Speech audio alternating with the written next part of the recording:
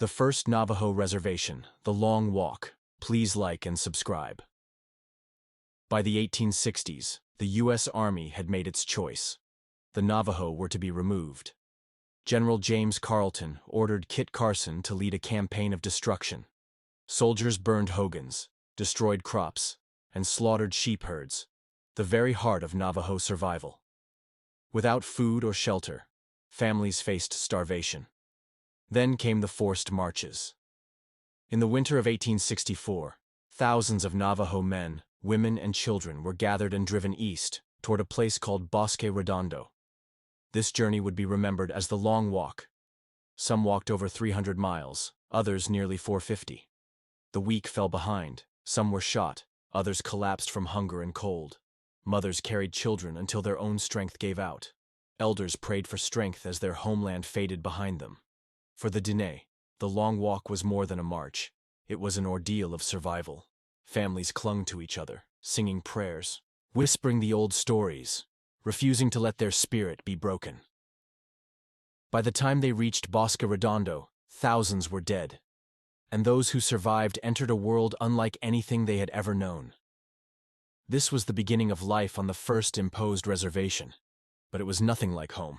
The First Navajo Reservation. Before the Lines. Please like and subscribe. Before the word reservation was ever spoken, the Navajo people, the Diné, lived across a vast homeland stretching from the deserts of Arizona to the snowy peaks of Colorado.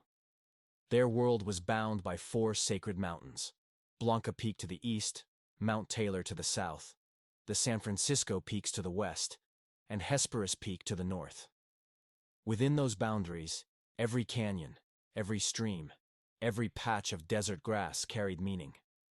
They were herders of sheep and goats, farmers of corn, beans, and squash, and builders of hogans that faced the rising sun. Their children learned through stories told by the fire, and their leaders guided by prayer and tradition. Life was not easy, but it was theirs, rooted in balance, beauty, and harmony with the land. But by the 1840s and 1850s, change was closing in.